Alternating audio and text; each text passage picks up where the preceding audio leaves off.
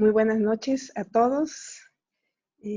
Reanudamos, ¿verdad?, esta noche con nuestros estudios que estamos realizando, ¿verdad? Reciban un saludo de parte de su amiga Carmen Camacho y del Centro Cristiano Cavada, un lugar para la familia. Bien, hemos estado estudiando, ¿verdad?, un estudio al que he titulado Lo que las familias deben saber del futuro. Hoy vamos a ver el tema 3, que se llama las bodas del Cordero. Muy bien, entonces vamos a ver, ¿verdad?, qué significa esto, qué es lo de las bodas del Cordero. En el estudio anterior, ¿verdad?, vimos que nuestro Señor Jesucristo va dentro de muy poco venir por su iglesia para librarla de la ira que vendrá sobre este mundo.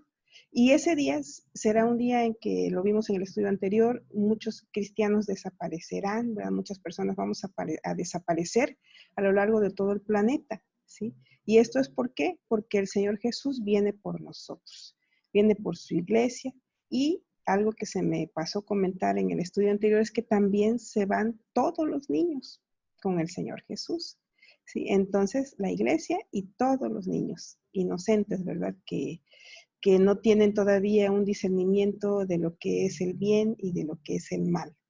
Entonces, ¿y para dónde nos vamos? Ya vimos, ¿verdad?, que Él nos va a llevar al cielo con su Padre.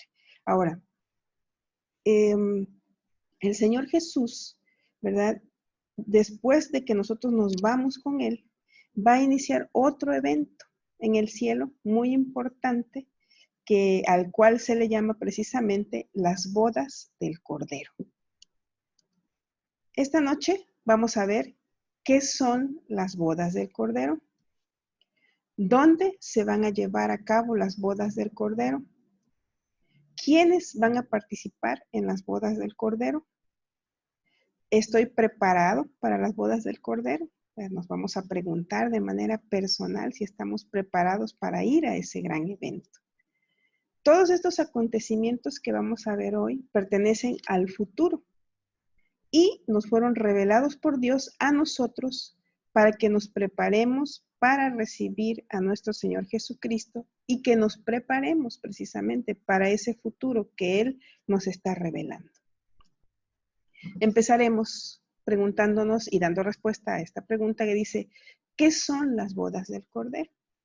Para esto nosotros debemos recordar que Dios siempre ha usado parábolas y situaciones de la vida cotidiana para enseñarnos los principios y verdades de su reino, ¿sí?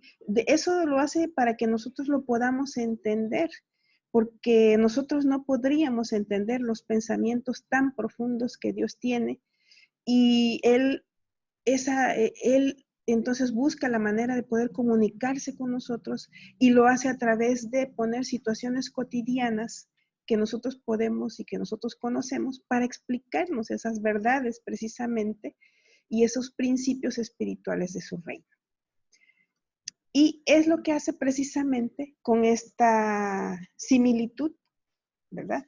Porque desde el Antiguo Testamento Él ha usado el matrimonio para ejemplificar la relación que tiene con su pueblo, el pueblo escogido, el pueblo de Israel, con el cual hizo un pacto.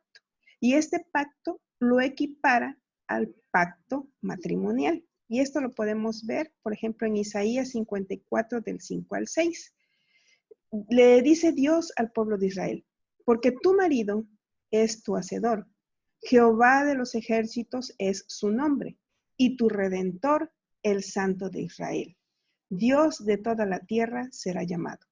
Porque como a mujer abandonada y triste de espíritu, te llamó Jehová, y como a la esposa de la juventud que es repudiada, dijo el Dios tuyo. Entonces aquí, ¿verdad?, Él se está presentando delante del pueblo de Israel como su esposo, ¿sí? El pueblo de Israel lo presenta como una mujer abandonada y triste de espíritu, dice, ¿sí? Pero a la cual el esposo llama, ¿sí?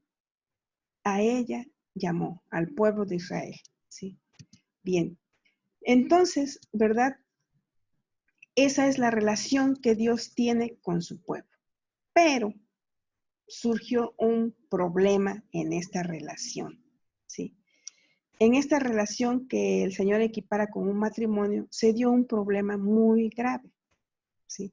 Y ese problema lo vamos a ver en esta escritura. En Jeremías 3, 6 y 8 dice, me dijo Jehová en días del rey Josías, ¿has visto lo que ha hecho la rebelde Israel? Ella se va sobre todo monte alto y debajo de todo árbol frondoso y allí fornica. Y dije, después de hacer todo esto se volverá a mí, pero no se volvió y lo vio su hermana, la rebelde Judá.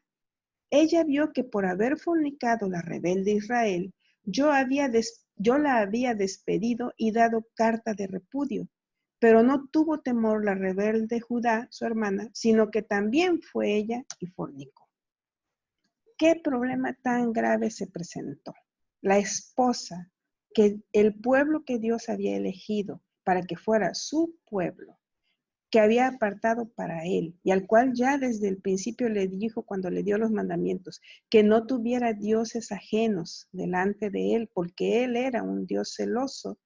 ¿Qué hizo el pueblo de Israel? Dice aquí que fornicó, es decir, fue infiel a Dios, fue infiel a su Dios, a Jehová de los ejércitos. Y en Jeremías 3:20 dice, pero como la esposa infiel abandona a su compañero, así prevaricasteis contra mí, oh casa de Israel, dice Jehová. Entonces, la esposa le fue infiel al esposo. Recordemos, ¿verdad?, que nuestro Señor Jesús enseñó que la única causal por la cual un matrimonio puede disolverse y se puede divorciar, eso fue lo que enseñó el Señor Jesús, es cuando hay una infidelidad, ¿sí?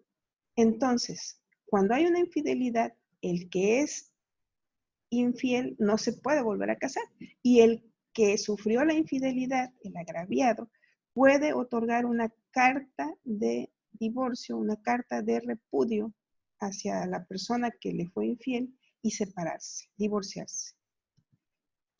Esta fidelidad de Israel, ¿verdad?, tuvo su consecuencia para este pueblo. Vamos a ver cuál es.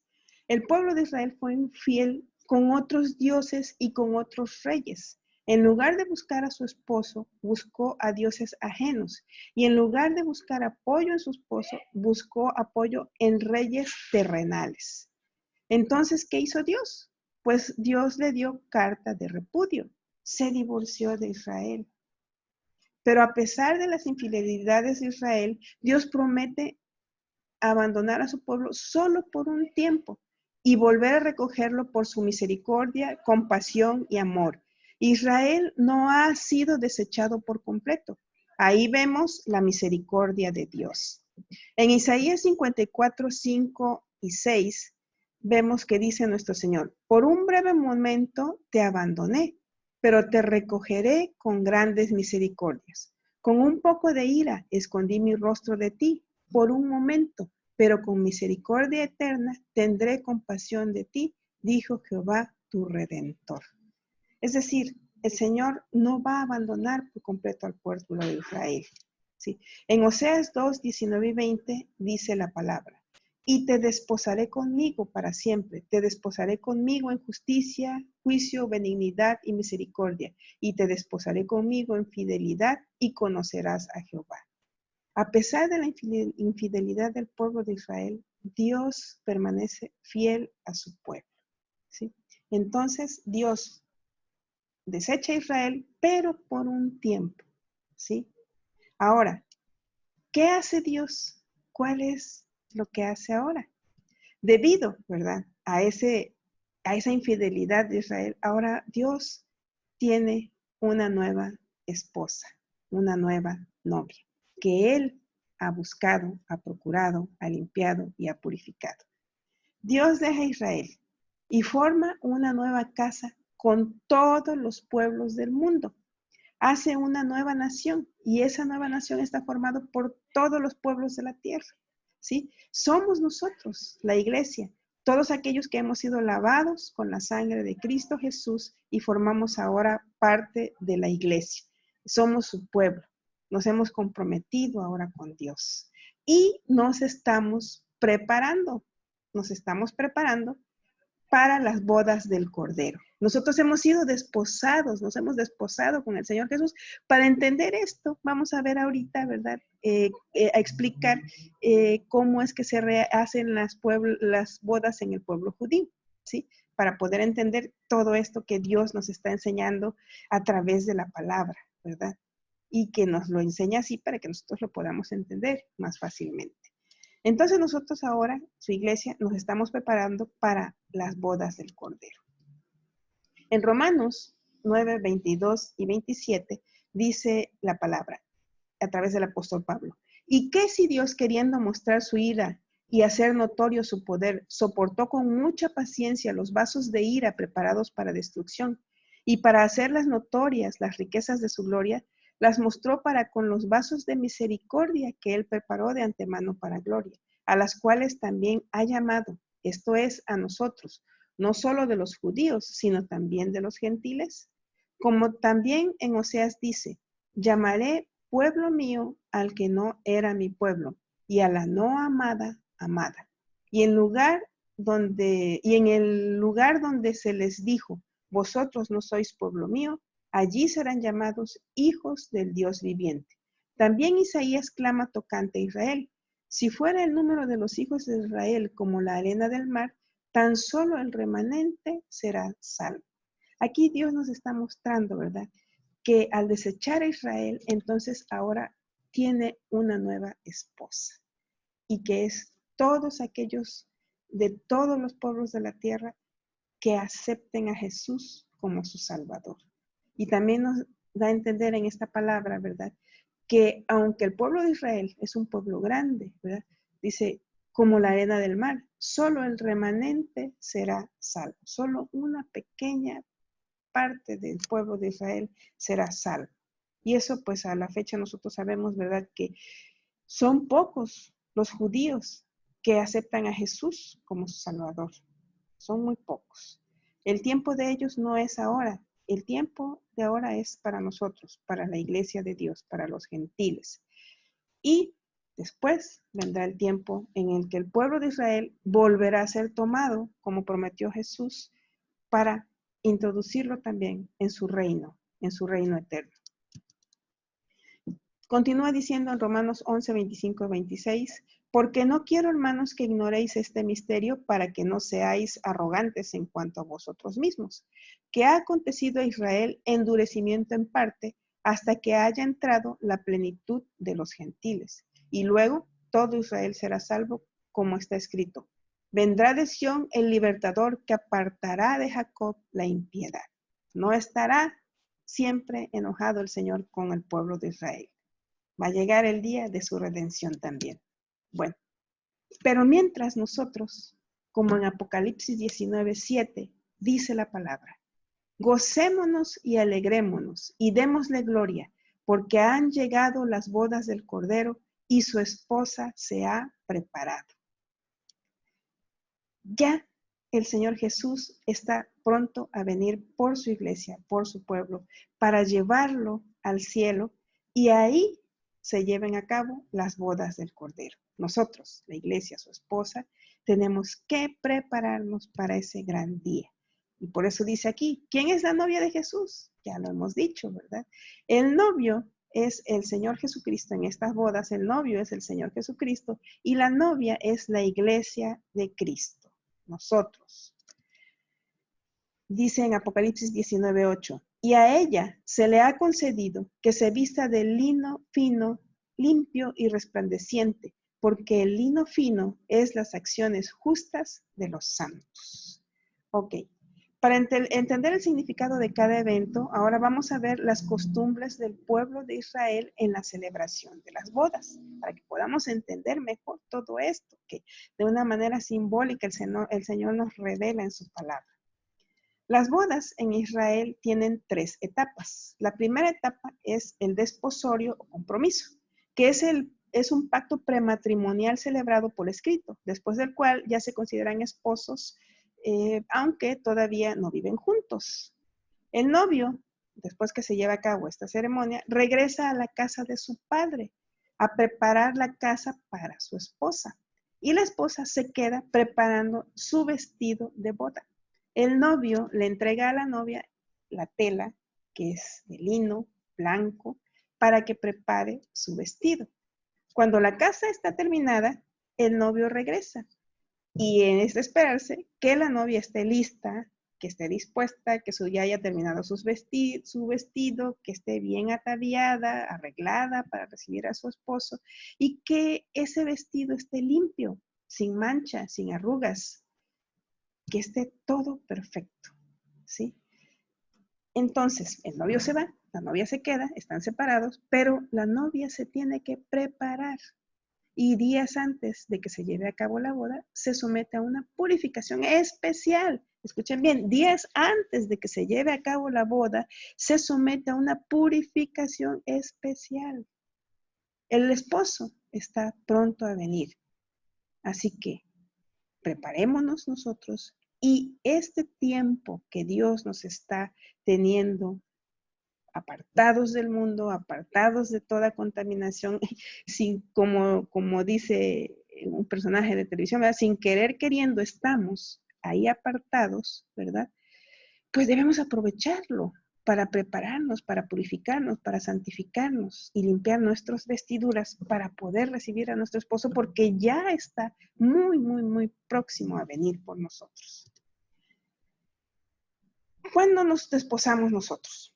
¿Cuándo se llevó a cabo este compromiso? Este compromiso se llevó a cabo cuando Jesús, el nuestro Señor, entregó su vida en la cruz y de ese modo consumó un nuevo pacto en su sangre. A partir de ahí, el día de Pentecostés, Jesucristo dio las arras del Espíritu a su iglesia. De modo que ahora nosotros estamos desposados con nuestro Señor y esperamos el día de las bodas del Cordero. Debemos prepararnos.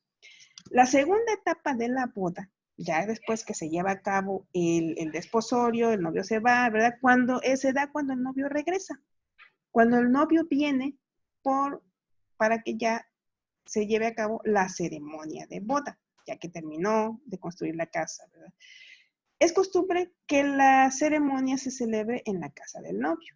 De modo que el Señor Jesús, nuestro esposo, viene a la tierra por nosotros, su esposa, en el arrebatamiento de la iglesia, como vimos en el estudio pasado. Y nos va a llevar al cielo, ¿para qué? Para celebrar las bodas del Cordero en la casa de su Padre. Y ahí, ¿quiénes van a ser los testigos? Pues el Padre, nuestro Padre Celestial, y los ángeles serán los testigos de esa boda.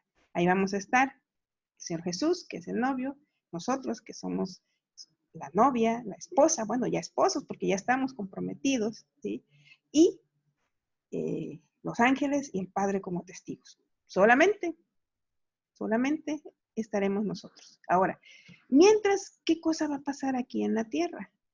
Aquí en la tierra se va a llevar a cabo la ira de Dios y va a estar llevándose a cabo la gran tribulación. Eso lo veremos en un próximo estudio. Su iglesia va a estar en el cielo disfrutando de todo el amor y de todo el cariño y de todas las bendiciones del esposo en las bodas del Cordero. Pero acá va a estar, como dice la Escritura, el lloro y el crujir de dientes. Bien, entonces esta es la segunda etapa en las bodas las costumbres de las bodas de Israel. Recordemos que estamos analizando esto. Y la tercera etapa en las bodas en el pueblo de Israel es la cena o banquete de boda. Bueno, ahí, después de la ceremonia, el novio y la novia se van, ¿verdad? Son recibidos por un cortejo importante de amigos del novio, amigos de la novia, y como amigas de la novia vienen unas doncellas que son vírgenes que acompañan a la novia y que hacen un cortejo que acompaña al novio y a la novia hasta, ¿verdad?, el lugar donde se va a celebrar la cena de la boda o el banquete, ¿verdad? Veamos qué dice Mateo 25:1 respecto a este acompañamiento, respecto a este grupo de acompañantes. Dice, entonces el reino de los cielos será semejante a 10 vírgenes que tomando sus lámparas salieron a recibir al esposo. Recordemos, ¿verdad? Esta parábola de las 10 vírgenes nos habla de que había unas vírgenes que no eran la novia, eran acompañantes que iban a acompañar a la novia y al esposo al lugar donde se iba a celebrar el banquete. Pero que había unas que estaban listas y otras no. Había las insensatas y estaban las sensatas, las prudentes y las imprudentes.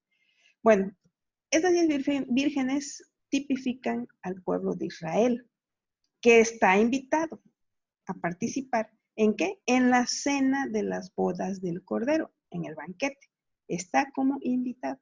Pero ya vemos, ¿verdad?, que no todo el pueblo va a entrar, solamente va a entrar un pequeño remanente, los que estén listos, ¿verdad? Y son los que van a poder ingresar a las bodas del Cordero. Bien, aquí, ¿verdad?, vemos cómo el remanente del pueblo de Israel participará como invitado a las cenas de las bodas del Cordero, pero no va a participar en las bodas del Cordero, que ya vimos que ahí nada más está el novio, la novia, el padre y los ángeles, ¿ok? Las bodas del Cordero es un evento para la iglesia y ya la cena o banquete de bodas, ya ahí sí ya hay otros invitados, dentro de los cuales está precisamente el remanente de Israel. Esta cena de las bodas del Cordero se llevará a cabo en la tierra, ¿sí? Es cuando el Señor Jesús, recordemos que vamos a estar allá y luego vamos a regresar con Él en su segunda venida, va a venir acompañado de la iglesia, acá a establecer su reino milenial, ¿sí? Y antes de que todo esto suceda, se va a llevar a cabo la cena de las bodas del Cordero. Bienaventurados los que son llamados a la cena de las bodas del Cordero, y me dijo, estas son palabras verdaderas de Dios. Los invitados a la cena de la boda del Cordero son los resucitados del Antiguo Testamento que resucitarán cuando venga el Señor Jesús por segunda vez. Y los resucitados del pueblo de Israel que salieron de la gran tribulación, es decir, su remanente, son los invitados, ¿verdad? Entonces, el novio, la novia, las primicias de los resucitados cuando Jesús resucitó, los santos del Antiguo Testamento y los resucitados del pueblo de Israel que aceptaron a Jesús y son los mártires de la gran tribulación, son todos los que vamos a participar en las bodas, perdón, en la cena de las bodas del Cordero. Ahí es donde está el banquete y el Señor, ¿verdad?, nos va a deleitar, ¿verdad?, con esos vinos, con carnes, ¿verdad?, y algo que estaremos celebrando ahí durante un tiempo. Bien. Tal vez, ¿verdad?, no todo quede muy claro, ¿verdad?, porque son temas bastante complejos de entender y de explicar mucho más, ¿verdad? Pero con la ayuda del Espíritu Santo, ¿verdad?, yo creo que el Espíritu Santo en este momento lo que nos quiere, más que entendamos todos estos simbolismos, lo que quiere que quede en nuestro corazón y en nuestro ser, es que la esposa de Jesús somos nosotros, la iglesia, y que debemos preparar nuestras vestiduras para este gran evento. Recordemos que si no tenemos preparadas nuestras vestiduras, pues ni siquiera vamos a ser arrebatados y nos quedaremos aquí esperemos que no nos queremos quedar, ¿verdad? Y a pasar la gran tribulación. Nosotros queremos irnos con nuestro Señor y debemos estar alertas, preparándonos para este evento. ¿Cómo nos podemos preparar? Reiterativo esto, reiterativo, porque no hay otra fórmula. Es lo mismo. Lo primero que tenemos que hacer, ¿sí? Dice aquí, ¿verdad? Puesto que el arrebatamiento de la iglesia y las bodas del Cordero son eventos que Dios ha preparado para librar a su pueblo de la gran tribulación, lo primero que necesitamos hacer para poder irnos con el Señor es ser parte de su pueblo. Ya lo habíamos visto en el estudio anterior. Hay que ser parte de su pueblo, arrepentirnos de nuestros pecados, pedir perdón a Dios, apartarnos del mal y reconocer a Jesucristo como nuestro Salvador. Voy a tomar una poquita de agua.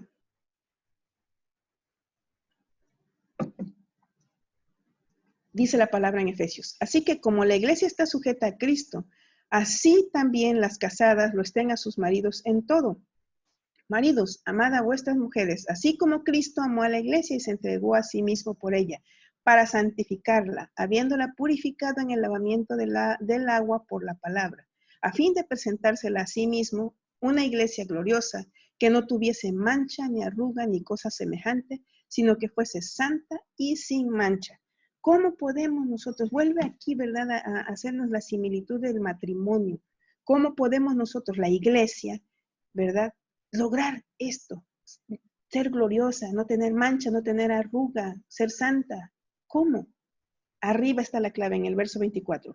Así que como la iglesia está sujeta a Cristo, debemos estar sujetos a Cristo. Si nosotros estamos sujetos a Cristo, tomados de su mano, vamos a poder lograr esa santificación, porque no es nuestras fuerzas, sino es un regalo que Dios ya nos dio, pero debemos estar tomados de la mano de nuestro Señor.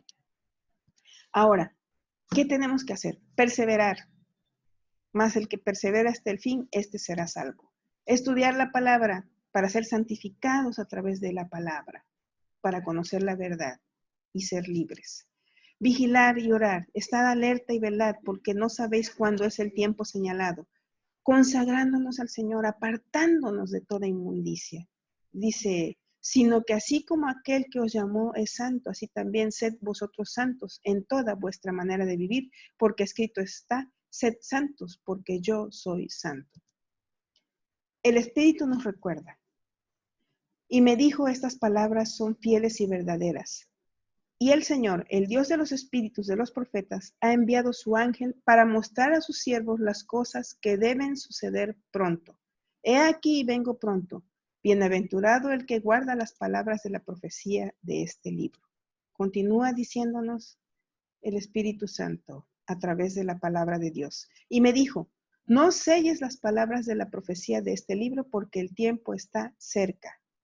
Debemos de hablar y de conocer todas estas cosas, debemos enseñarlas, debemos conocerlas, porque el tiempo está cerca, no debemos ocultarlas, no debemos sellarlas.